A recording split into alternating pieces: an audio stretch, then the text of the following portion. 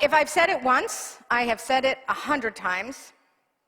There is more than one creation account in the Bible. Now, if you're newer around these parts, then I invite you to grab a Bible and scan quickly over Genesis chapter 1. There, you will find the classic and well-known "In the beginning" poetry about the sun and the moon and the stars, the land and the water, the trees, plants and flowers, the animals and the fish, and finally the pinnacle of creation, human beings, all created in 6 perfectly ordered days. It was evening, and it was morning, and it was good. On the 7th day, God rested. Very neat and tidy. Now look at Genesis 2. There are no ordered days here. In fact, there isn't too much order to anything. The land, it appears, is completely barren at the beginning because rain hadn't started or been invented, I'm not sure. Then a stream appears from somewhere, and out of the mud of the earth, God fashions a human being and does something wild. God breathes into the dirt creature's lungs, the first human. God is elated. And so after that, God makes a garden for the human to live in and to tend. Look, it's not an overstatement to suggest that the creation account in Genesis 2 is a bit more, shall we say, free-form. Rather than simply speaking things into existence in an orderly fashion from some distant cosmic plane, here in Genesis 2, the Creator is right in the thick of it, like an artist in the studio or a kid in a mud puddle, getting dirty, experimenting, and finding joy in the discovery. I can hear God saying, "Look what I made." Unlike the image of God in Genesis 1, who is large and in charge, directing the order and flow of creation, Genesis 1 is a logistics God. Genesis 2 presents a God who is far more curious, creative, and collaborative. And I've focused on this discrepancy in previous sermons, so I will not belabor it, but in short, the root cause for the differences are the authors and audiences. The 2 accounts just serve different functions, just like the 4 Gospels serve different functions. When it comes to the second in the text, the creation story in Genesis 2, it helps to know that this is the one that's actually much, much older. It paints the picture of a God who is intimately acquainted with creation and who desires connection, collaboration, and co-creation with human beings. Later, we're going to add another C to that list: covenant. In Genesis chapter 2, there is dirt under the fingernails of the Creator. God is right in the middle of it all, playing. When was the last time you played? Did you make time to play this summer? Did you use your imagination? Did you sit with clay or sand or dirt and just create? God was proud of the creation that was coming together beneath divine hands, especially the human. What a marvelous creature. But realizing that the atom was the only of its type, God decides to make another one so they could keep one another company and share in the work of the garden. So God knocks Adam out, takes from his side, not just a rib, by the way, and fashions it into a friend, Eve, the first woman.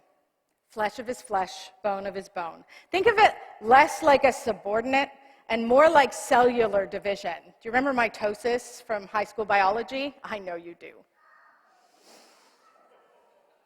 That's your homework for the week. It's fine. The 2 humans live together in a perfect world. This is paradise. And God has given them a purpose in this paradise, to tend and steward and care for the garden. And God has given them one prohibition. While they could eat the fruit of any tree in the garden, they were not to eat the fruit of the tree of knowledge or the tree of life. This is the origin story of oppositional defiant disorder, because naturally, that's what they end up focusing on. This is humanity's first experience of the adage, you had one job. You had one job. Immediately after eating the forbidden fruit, the myth says that their eyes are opened and they realize they are naked and they feel ashamed. They don't die, but they are sent out into the cold, hard, not-so-perfect world. Beat it, humans. You done goofed. But imagine for a minute, and we're not getting into original sin. We're not going into Genesis 3 today. We're going to stay in Genesis 2. Imagine if humanity had not goofed for a minute. What if they had just stayed there? The perfect human beings, living in the perfect garden, surrounded by perfect plants and perfect trees and perfect animals and probably perfect weather. So it was snowing. Obviously. What might it have, I'm still on it, eh? What might it have been like to have never tasted the fruit from the tree of knowledge? To live in that perfect place forever. I have to admit, I used to find this level of utter perfection difficult to even imagine, impossible. That wasn't until I went to see the Barbie movie this summer. I know you saw it. Did you? Rich, you saw it? Yes. You've got Kenergy. It's fine. Barbie Land is perfect. Okay, listen, like most of you, I had a few Barbies in my house growing up, but they were not my preference. I preferred sketch pads and pencils, comic books, and My Little Ponies. So having grown up like a lukewarm consumer of Barbie products, I just assumed I'd be taking a pass on this movie. Not my vibe, not my style. I wear entirely too much black to be seen in such a pink place. But then I caved, and church, let me tell you, this film is not what you think it is. I laughed, I laughed. I also cried, sobbed. And then I'd laugh, and then I'd get angry, and then I'd cry again. You have to believe me when I tell you that this movie isn't about Barbie the toy. It's much, much more about the beauty and tragedy of the human experience. I have mentally drafted at least a dozen academic papers exploring the various cultural, social, political, historical, philosophical, and theological themes that permeate this record-breaking film. It is clever, subversive, heartwarming, and hilarious. And I'm not embarrassed to admit now that I've gone to see it 3 times. So far. I can't even remember the last time I went to a movie theater 3 times in a season. The Barbie movie begins with a scene ripped from Kubrick's masterpiece, 2001: A Space Odyssey. In Kubrick's version, a tribe of apes in a barren prehistoric landscape learn to make tools, and they're suddenly confronted by a giant, mysterious, towering, rectangular monolith. In the Barbie film, the setting is the same, but instead of apes, it's a group of little girls equipped only with baby dolls and tea party accessories. They are suddenly confronted with a giant, towering monolith of their own, a perfect Barbie. Their eyes bulge and they find themselves smashing their boring baby dolls. The narrator, saint of our time, Helen Mirren, explains that thanks to the creation of Barbie and then her many career-focused iterations, Dr. Barbie, Scientist Barbie, President Barbie, and so on, all problems of feminism and equal rights have been solved. In the real world, at least, that's what the Barbies think. So all this to say, director Greta Gerwig makes no bones about how Barbie Land is a parallel to the Garden of Eden, where every day is perfect, and where nothing ever goes wrong, especially for our heroine, stereotypical Barbie, played by Margot Robbie. She lives in her own dream house on a cute cul-de-sac with other Barbies in their own respective dream houses. She has countless friends, all named Barbie, and a boyfriend named Ken. Ryan Gosling is brilliant in this film, who hangs out with all the other Kens at the beach. It's all very perfect. Now, one night, in the middle of a perfect disco dance party, Barbie asks her friends, "Do you ever think about dying?" And there's a record scratch that happens. Everyone goes silent and stares at her. In Barbie land, everything is perfect, so why? Why on earth would anyone be having irrepressible thoughts of death? She manages to gloss over the moment, but the next morning, stereotypical Barbie's world is noticeably less perfect. Her imaginary shower is cold, and her pretend toast is burnt. In distress, she makes her way to the village wise woman. Weird Barbie. You know, the one you played with too hard and cut her hair off, and Kate McKinnon's brilliant. Weird Barbie tells her she needs to travel to the real world to get to the bottom of all this. Begrudgingly, Barbie agrees, and though not invited, Ken hitches a ride. When they get there, when they get to the real world, they're suddenly aware of being looked at, which feels good for Ken, but terrifying for Barbie. She becomes wildly self-conscious. So this should be sounding alarms in our heads. In the Garden of Eden, before everything went sideways, chapter 2, verse 25 says, "And the man and his wife were both naked, not ashamed." But only 7 verses later, where they've eaten from the fruit of the tree of knowledge, it says, "Then the eyes of both were opened, and they knew that they were naked. And they sewed fig leaves together and made loincloths for themselves." And then when God goes looking for them, Adam calls out from a bush and said, "I heard the sound of you in the garden, Lord, and I was afraid because I was naked, and I hid myself." And God said, "Who told you that you're naked?" Previously, they were completely unaware of their nakedness. In fact, it wasn't something that demanded awareness in their perfect garden world. But once they had tasted of the tree of knowledge of good and evil, something changed. Shame and nakedness, anxiety, regret, betrayal, sadness all rush into the picture. Irrepressible thoughts of death. Life is suddenly very scary and very fragile. No wonder Adam and Eve hid. Sheer panic will do that. Barbie's crisis comes in discovering that her perfect Barbie land has not been reflected like she thought it would be in the real world. In the real world, women still struggle to be taken seriously, to receive equal rights and opportunities, and live interdependently with one another and everyone else in society. It's a real punch to the gut for Barbie. But in the real world, and this is the part I want to focus on, she also sees for the first time things that she would never have seen in her perfect world. She sees aging and intimacy and grief and surprise and anger, betrayal and elation. The depth and the beauty of it all overwhelms her, and she experiences her first ever tear. Hold on to that. There's a whole other facet to the movie which I'll leave for you to discover. Suffice it to say that Ken's discovery in the real world is the patriarchy, and hilarity and shenanigans ensue.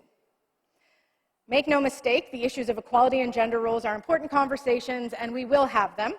Not today. It's not why I'm using the Barbie movie as my sermon illustration. The thought that consumed me this summer can be found in digging a bit deeper than the surface jokes about plastic dolls. The path the movie traces is theologically familiar. A paradise lost. Innocence and naivete obliterated by the knowledge of good and evil, the real world. And a tenuous path back to restoration, or perhaps maybe even recreation.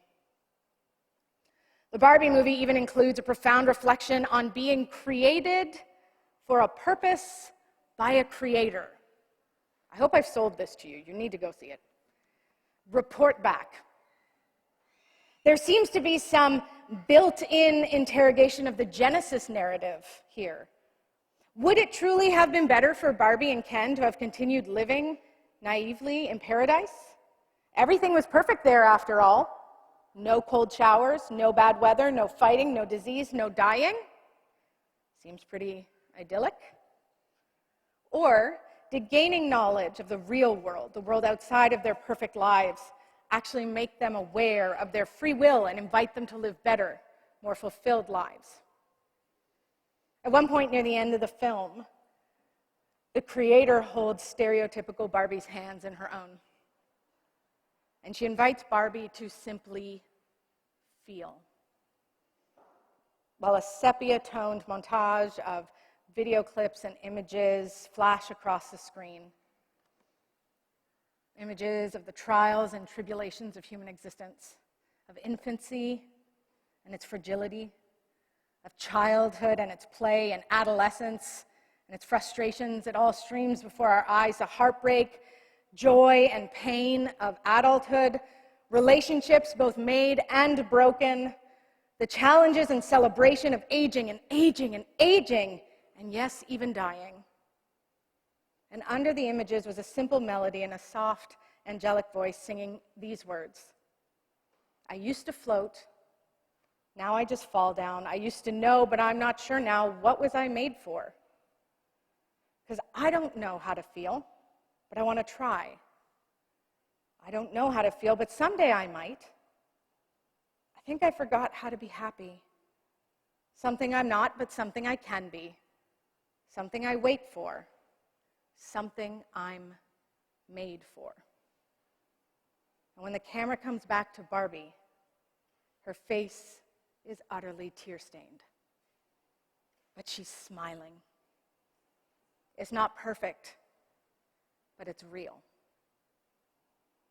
It's a question theologians and philosophers have been wondering about throughout history. What are we made for? There's an ancient longing to know deep inside of us. Ancient, and yet as current and applicable as the next breath that we're about to take. What does it mean to be human in this present moment? What does it mean to be finite and fragile and imperfect? To laugh and to cry, to scream in anger and rejoice with fervor, to celebrate and to grieve, to love, to create, to die. What was I made for? My belief, if you want to call it heresy, it's fine, but we're at Sunday 1 of a whole year. We got room. My belief is that the Garden of Eden, the perfect place, was never where we could be fully who we were made to be. Just as a bird cannot remain in a nest and expect to soar above land and sea. Like Barbie Land, Eden was too perfect, and the humans were unaware of the fullness of their complex potential, their wholeness, the totality of the human experience. On the other side of Eden awaited death and pain and struggle, yes, but also life and creation and joy, like they couldn't have ever experienced in the garden. Close your eyes and just feel. What were you made for? To quote poet Mary Oliver, tell me, what is it you plan to do with your one wild and precious life? Is the goal perfection? Painlessness? To be numb, cut off, isolated? Or is it to dig in, as God did? Sink into the dirt and into the clay, to create and care and laugh and cry and experiment and get messy and be surprised, to age and grow old. Let us not be afraid of aging. It is a gift. To fall in love, to fall out of love, and to fall in love again. Yes, it's going to hurt, but it's also going to heal. So close your eyes and feel. You have one wild and precious life, beloved. What are you made for? I'm closing with the words of Jane Marczewski, a gifted singer, songwriter, and theologian, whose life was too brief and much afflicted by cancer. Listen to this young woman's words. I don't think it's meaningless, the story that says God sculpted us from clay. Of all the things he made, humankind was the first that God touched. The first breath we tasted was God's exhale. I don't think that it's meaningless that the first time humanity looked into the eyes of God, his hands were dirty and he was close. Maybe we have forgotten what God showed us when he first introduced himself, that he will crawl into the dirt to be near us, and he will fill our lungs with air when we don't know how to breathe. As we head into a new year together at Knox and a new year back at school and a return to routine, may we remember what we were made for love and creation and recreation, for connection and community, and all the beautiful messiness of being fully human. Children of God, we were never meant to stay in the perfect garden. So close your eyes and feel. And if it happens, don't fight it. Go ahead and let the tears come. To God be all the glory. Amen.